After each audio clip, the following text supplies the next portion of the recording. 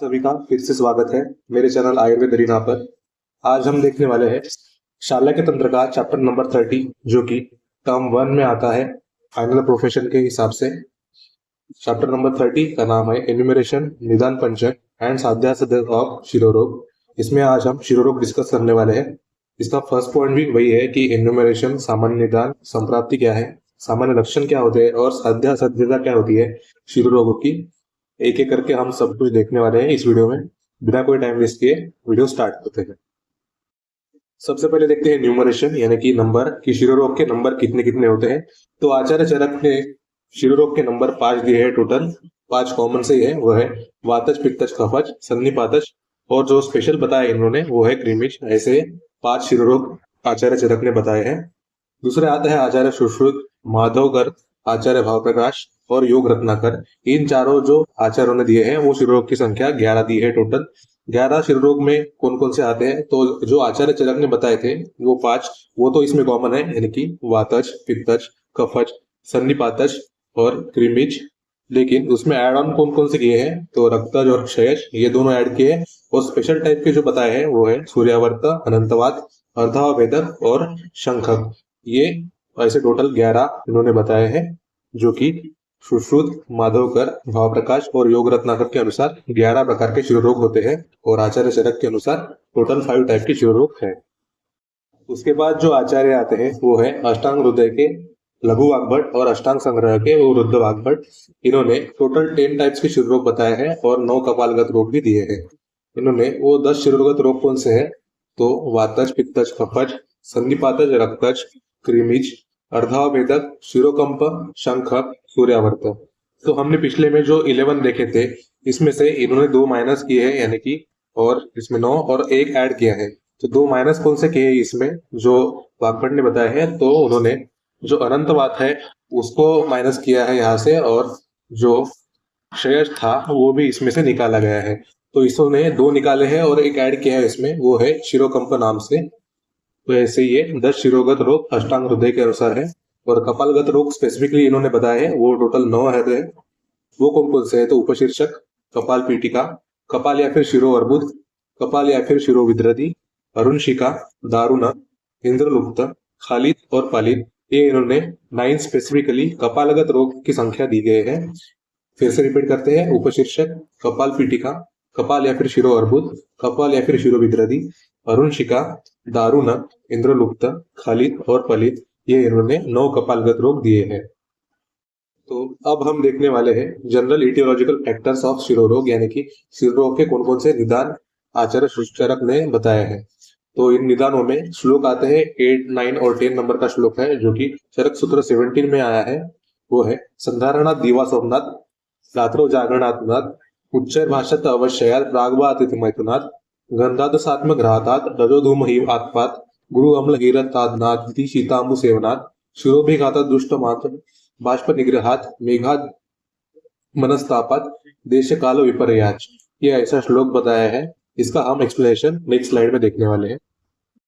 तो various aetiological factors में कौन कौन से आते हैं, तो सप्रेशन ऑफ नेचुरल अर्जेस, यानी कि जो है वेग धारण या फिर वेग संधारण, स्लीपिंग इन डे टाइम यानी कि दिवास्वाप, स्टेइंग अप एट नाइट यानी कि रात्रि जागरण, ड्रिंकिंग टू मच अल्कोहल और कोल्ड वाटर यानी कि अति मद्यपान या फिर अति शीतांबु सेवन, ओवर इंटेलिजेंस इन सेक्स यानी कि अति वैवाहिक, हेड इंजुरी यानी कि आघातज, वाइटेटेड आर्म यानी कि आर्म की दृष्टि, एक्सेसिव वीपिंग यानी कि आंखों से अश्रु ज्यादा निकलना, सप्रेसिंग टीयर्स, अश्रु का जो वेग रहता है उसको धारण करना, क्लाउडी स्काई यानी कि जिसमें क्लाउड ज्यादा रहते हैं स्काई में, मेंटल डिस्ट्रेस यानी कि मनस्ताप, एक्सेसिव स्विमिंग, जलतरण, वर्म्स यानी कि कृमि, यूजिंग थिक और थिन पिलो से सोना, अवॉइडिंग बाथ यानी कि स्नान ना करना, अवॉइडिंग अभ्यंग तो शीर, अभ्यंग ना करना, looking down for long time, नीचे की तरफ ज्यादा से ज्यादा देखना, excessive talking, exposure to dust यानी कि बहुत ज्यादा बात करना, धूल मिट्टी इससे ज्यादा संपर्क होना, स्मोक, हॉट क्लाइमेट यानी कि उष्ण जो वातावरण रहता है, स्मोक यानी कि धूल, धुआं जो भी रहता है, हेवी ब्रीज यानी कि जो गुरु तरह का जो हवा रहती है, एक्सेसिव कंजप्शन ऑफ हेवी सौर एंड हरित वर्ग आइटम्स यानी कि हरित द्रव्य का ज्यादा से ज्यादा सेवन करना, अनफेवरेबल देश एंड काल, जो देश अनफेवरेबल रहता है और अनुकूल काल जो रहता है ये सारे जो इटियोलॉजिकल फैक्टर्स हैं वो शिरोरोग में कंट्रीब्यूट करते हैं। सामान्य शिरोरोग की अब हम संप्राप्ति देखने वाले हैं। तो संप्राप्ति में श्लोक आता है चरक सूत्र 17/11 का, वो है वातादेव प्रकुपन्ति शिरसख्यं च दुष्यन्ति ततः शिरसि जायन्ते रोगा विविध लक्षणा। यानी कि जो भी हमने इटियोलॉजिकल फैक्टर्स अभी हम देखे वो क्या करते हैं कि वात और बाकी जो दो दोष है ऐसे त्रिदोष को बढ़ाकर शिर में जाकर वो लोकलाइज हो जाते हैं। शिर में लोकलाइज होने के बाद वो रक्त को भी दूषित करते हैं, जिससे नाना प्रकार के शिरोरोग उत्पन्न होते हैं। ये हो गई संप्राप्ति। संप्राप्ति में श्लोक आता है वातादेव प्रकुपन्ति शिरसख्यं च दुष्यन्ति ततः शिरसि जायन्ते रोगा विविध लक्षणा। साध्य साध्यता की बात की जाए तो सारे शिरोरोग साध्य रहते हैं। जो सन्निपातिक खालित्य और सन्निपातिक पालित्य रहते हैं, जो कि वाग्भट ने बताया है, वो असाध्य रहते हैं। और अदर सन्निपातिक शिरोरोग भी होते हैं, वो भी साध्य होते हैं, जो कि इंदु के हिसाब से उन्होंने बताया है। अब हम देखने वाले हैं सामान्य लक्षण ऑफ शिरोरोग, यानी कि शिरोरोग के सामान्य लक्षण कौन कौन से होते हैं। जब भी हम हेडेक या फिर शिरोरोग की बात करते हैं तो उसमें ब्रेन, मस्तिष्क, मेनिंजेस, स्कल, खोपड़ी यानी कि और उसका फ्लैश, मसल और स्किन की कवरिंग जो रहती है शिरोरथ में, वो सभी की बात हम करते हैं शिरोरोग की बात करते हुए। आचार्य सुश्रुत ने क्या कहा है कि has include only those in which headache is the main symptom in the headache. यानी कि जो हेडेक रहता है वो अक्सर मेन सिम्टम्स होता है, उनको ही सिर्फ शिरोरोग कंसिडर किया गया है, ऐसा आचार्य सुश्रुत का कहना है। तो शिरोरोग के बारे में शिरोवेदना, शिरोकंप, शिरोशूल, ये सारी चीजें आते हैं, ऐसे सामान्य लक्षण शिरोरोग के होते हैं। जनरल मैनेजमेंट ऑफ शिरोरोग अब हम देखने वाले हैं। तो जनरल मैनेजमेंट में योग रत्नाकर ने शिरोरोग का सामान्य मैनेजमेंट दिया है, यानी कि सामान्य उपक्रम कौन कौन से करने चाहिए जिससे शिरोरोग ठीक हो जाए। तो योग रत्नाकर बताते हैं कि सबसे पहले स्वेदन, उसके बाद नस्य, धूमपान, विरेचन, लेप, सेचन, लंघन, शिरोबस्ती, रक्तमोक्षण, अग्निकर्म और उपनाह, ये सारे उपक्रम हम शिरोरोग के मैनेजमेंट में कर सकते हैं। इसमें से इंपॉर्टेंट कौन कौन से हैं, तो शिरोविरेचन, क्योंकि यहाँ पर जो ऊर्ध्व चतुर्गत रोग होते हैं शिरोविरेचन से ठीक हो जाते हैं। तो शिरोविरेचन हमें कैसे करना है, तो नस्य देना है सरसव तेल का, कैसे करना है, उसमें हनी और ऑयल मिक्स करना है, जिससे शिरोविरेचन पॉसिबल हो जाएगा।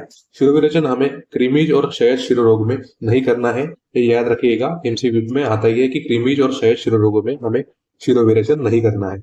उसके बाद शिरोविरेचन से भी फायदा ना हो तो हमें रक्तमोक्षण करना है। रक्तमोक्षण यानी कि जो हमने संप्राप्ति में देखा था कि शिरोरोग में जो अगर वातादि त्रिदोष की दृष्टि हो जाती है और वो शिरा में जाके लोकलाइज हो जाते हैं, लोकलाइज होने के बाद वो रक्त की भी दृष्टि करते हैं। तो रक्त की दृष्टि ना हो या फिर रक्त शुद्धि करने के लिए हम रक्तमोक्षण उपक्रम करते हैं। स्नेहन और स्वेदन करने के बाद हम रक्तमोक्षण इंडिकेट करते हैं। अगर शिरोविरेचन और बाकी जो उपक्रम दिए हैं नस्य, धूमपान, इससे अगर फायदा ना हो तो हम रक्तमोक्षण की तरफ मुड़ते हैं। उसके बाद जनरल मैनेजमेंट में हम क्वाथपान देखते हैं। तो हमें कौन सा क्वाथ लेना चाहिए जिससे शिरोशूल ठीक हो, तो क्वाथ मेडअप ऑफ, जो कि त्रिफला, अमृता, हरिद्रा, निम्ब, भूनिम्ब और गुड़, इन सब से मिक्स करके जो हम क्वाथ बनाते हैं उसका शिरोशूल पर उत्तम ऐसा परिणाम देखा गया है। उसके बाद आहार में हम क्या लेंगे, तो जांगल मांस रस जो रहता है, स्निग्ध द्रव्य के जो आहार द्रव्य रहते हैं, स्निग्ध पदार्थ, और जो दूध से बनाए हुए पदार्थ रहते हैं, इसका आहार में हम समावेश करेंगे।